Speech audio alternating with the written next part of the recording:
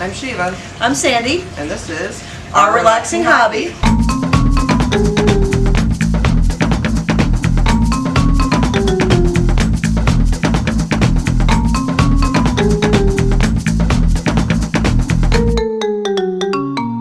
Hello. Hi. Today's episode is going to be about live plants versus fake plants, I guess. Is a good one. I don't even know how we want to describe that. You know, just our preference versus and why. Because we're smarter. No, I'm just kidding. Yeah, we are very much in the live plant genre team. Yeah, we're team live plant, and we've got a really good reason for it. Yeah. There are good reasons, and we'll let Gareth explain the science behind why. Yeah, because we're idiots when it comes to science. Yeah. We just know stuff. Alright guys, time for some basic aquarium science. We're going to talk real quickly about the nitrogen cycle. Now, as a lot of you know, fish excrete through their gills, and that's kind of like how we pee, and they produce urea, which is very, very high in ammonia. Now, your aquarium contains a lot more life than just your fish, or at least ideally it does, because covering everything, especially on all of the surface area in your filter, there are bacteria. And what these bacteria do is they will break down that ammonia into something called nitrite. Now nitrite is also not very good for fish, so these bacteria also process that through a second time and turn it into nitrate, which isn't very harmful for your fish. Now granted, you don't want it to build up heavily, but one of the nice things that you can do to the only way that you can actually get rid of the nitrate is water changes. But there is one other thing you can do so that you're not having to do water changes as often is live plants, because live plants will eat the nitrate. Now granted, they don't eat it fast enough for you to totally get out of water changes, but they will help to get things from going out of hand, and but this is also one of the reasons why it is important to test your aquarium, your water parameters regularly, because just because you have plants in there, it doesn't mean that they're taking up all the nitrate. And while goldfish or cold water fish like that tend to be more tolerant to nitrates, a lot of tropical fish not so much. So keep an eye on your water parameters. Add live plants to help suck up some of the nitrates, but stay on top of your shit. With most of my tanks, I put in something that's known as devil's ivy. Right. And which grows wild out here. Yes, it was actually we're going to buy it and then realize that why. Oh, yeah, it's everywhere. We'll have to get some of that on film just to show them how much you have here. Yeah, we actually were getting ready to buy some because we did hear that it was a really great nitrate sucker. Yeah. And here I am looking online for it, and I was like, wait a minute, this picture looks exactly like all the stuff that's growing in the yard, and I brought it in compared, and damned if we don't have like a whole field of it. Yeah, so. And it grows, and it does really well in the tanks, even with the hard water we have here. Yes, it does great with all kinds of tanks, and basically you just keep a little bit of it above the water. Yeah. And it just kind of grows like crazy. Bamboo. I mean, because we were using a lot of bamboo. Yeah, we were using a lot of bamboo, but that's a little slower. Yeah, bamboo doesn't do quite as well, but it does do well. Mm-hmm. It is a good plant. And then the true aquatic plants. Yeah, and there's true aquatic plants you can buy at any store. You can find them out in we got a lot of them out from the canal. We got some from a drainage canal.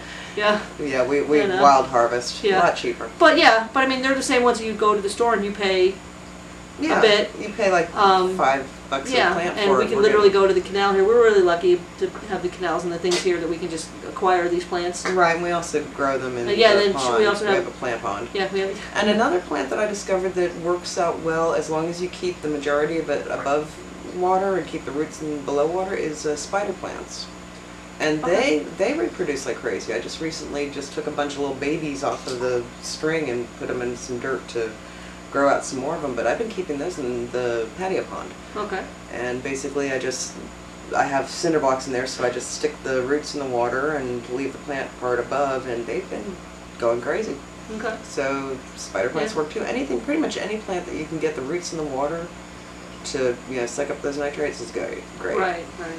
Now, with goldfish, they're, how do I say it nicely? They're dirtier. They have a lot of waste. Yeah, they're messier. They make it. You have to do more carp water changes. Too, same with koi. So anything that you can do to help with less water changes, less things like that is helpful. So yeah, we've got 1,000 gallon pond. Yeah, so the smaller fish is not as quite of a big deal, but unless you have a small tank, like a 10-gallon tank, you have to change the water weekly. But with live plants, I've gone almost a month sometimes without having to change the water because the plants literally suck up the nitrates and keep the levels good. So yeah, and you usually have like guppies and mollies and smaller fish. Yeah, I have smaller fish, right? So it's just a matter of And again, if you have any questions or comments or like us, by all means, click on the link below, subscribe. Yeah. Now, one thing I did learn with the betas is that too many plants might upset the pH balance. Okay, yeah, because pH, Yeah, because some fish, like betas, are sensitive to higher pH. So we had to get some a chemical that lowers pH because I needed a lot of plants in there because it was a sorority. Right. And you really need to have a lot of places for the girls to hide when they start getting bitchy with one another. So I needed to have a lot of plants in there. So we got a product for pH down. But if you're keeping a lot of plants in I think we've got a 40 gallon that we're keeping the one sorority in, and then we had a 15 where we had the problem, where we had way too many plants in the 15 and the pH was too high for the betas. So keep an eye on things like that. Make sure to research your fish, find out what kind of parameters they need, and be able to adjust accordingly. So it's live plants, it isn't just about however many you can have in there. It does depend because they do, in certain instances, raise the pH level, which can kill. Guppies are very sensitive to pH, so I have to check my pH. That's one thing I do have to check regularly. Yeah. So it is something you got to kind of watch. Yeah. So you really have to watch what kind of fish you have in your aquarium, how many plants is going to affect that. Another thing is that fish like to eat plants, or at least some fish do. Right. The carp and the carp goldfish definitely tear through plants like salad. So I actually have to keep my plants separate from them for two reasons. One, they like to eat it, and second of all, they like to lay eggs in it. I don't want them, I don't want them the eggs. No, eggs are bad. No, we learned that lesson the hard way. We put some plants in there and the carp went crazy. Yeah, that's how we ended up with 5 extra koi. Yeah. But, so I keep... We're doing wonderfully, by the way. Yeah. So I keep the plants where the koi can't get them, but still in the water near the pumps where in the sump areas where they can go in. Some of my smaller fish like to nibble on them, and then like Bonnie and Reed, who are both fancy goldfish, they like salad once in a while. They tear it. Now the guppies not so much. The guppies aren't really big on plants. There was one plant I put in there that the guppies really liked, which was surprising. I just haven't bought it since. I don't remember what the name of it was, but they did eat the plant. But for the most part, they don't mess with the plants we put in there lately. Yeah, because plants also, the live plants are also great for like hiding, especially if you have fry. Yeah. Hiding, see, and that's. You have the fake plants and like I have the guppies, and the fake plants were not as good for the hiding with the little baby guppies, where the live plants, for some reason, they're bushier, they're better, they hide better. They're softer too. Yeah, it just worked out really well, much better for me with the live guppy, with the live breeder. So yeah, well, like with the ropefish, I keep these bushy plants in them with the ropefish, which they love hanging out in. I can't see using the plastic ones because it would tear up the fish. I mean, there's a reason why I have sand in that aquarium, because they can't deal with the rocks. Right. And they would just tear themselves up with the way they like squirming around the plants. So I have to have these nice soft.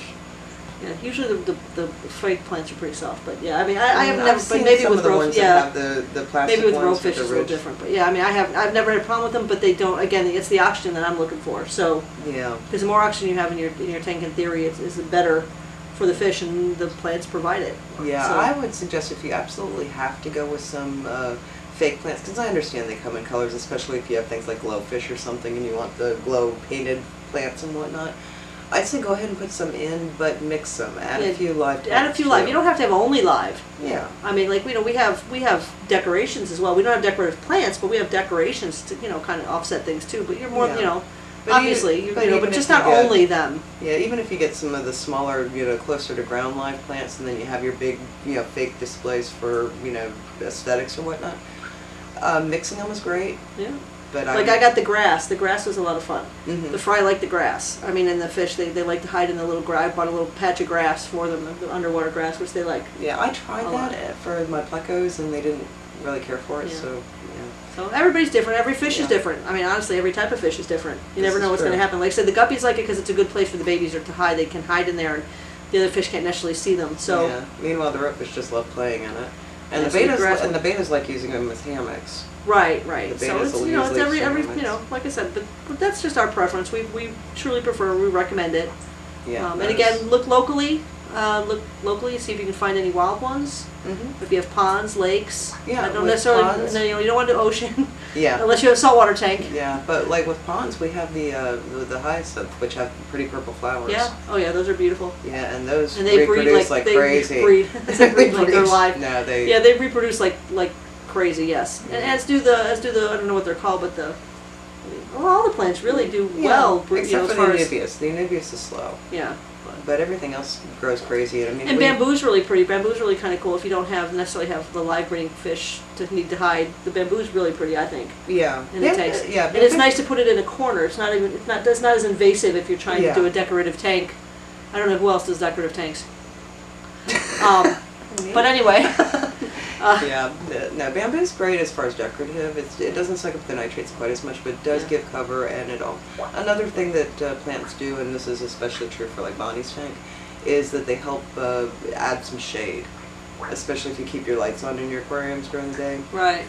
Sometimes the light bugs the fish or they want to sleep or whatever. They don't have eyelids, so they can't just close their eyelids, so they'll go under plants to rest.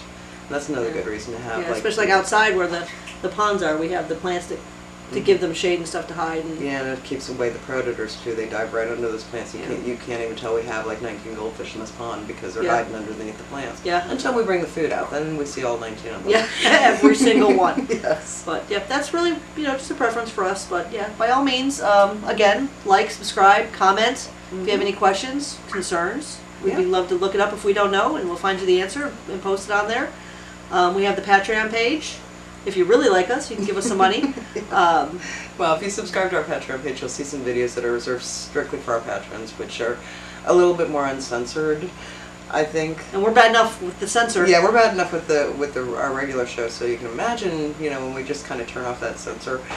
Yeah. Yeah. But yeah, we look forward to hearing from you. Yep. See you in 2 weeks. Bye.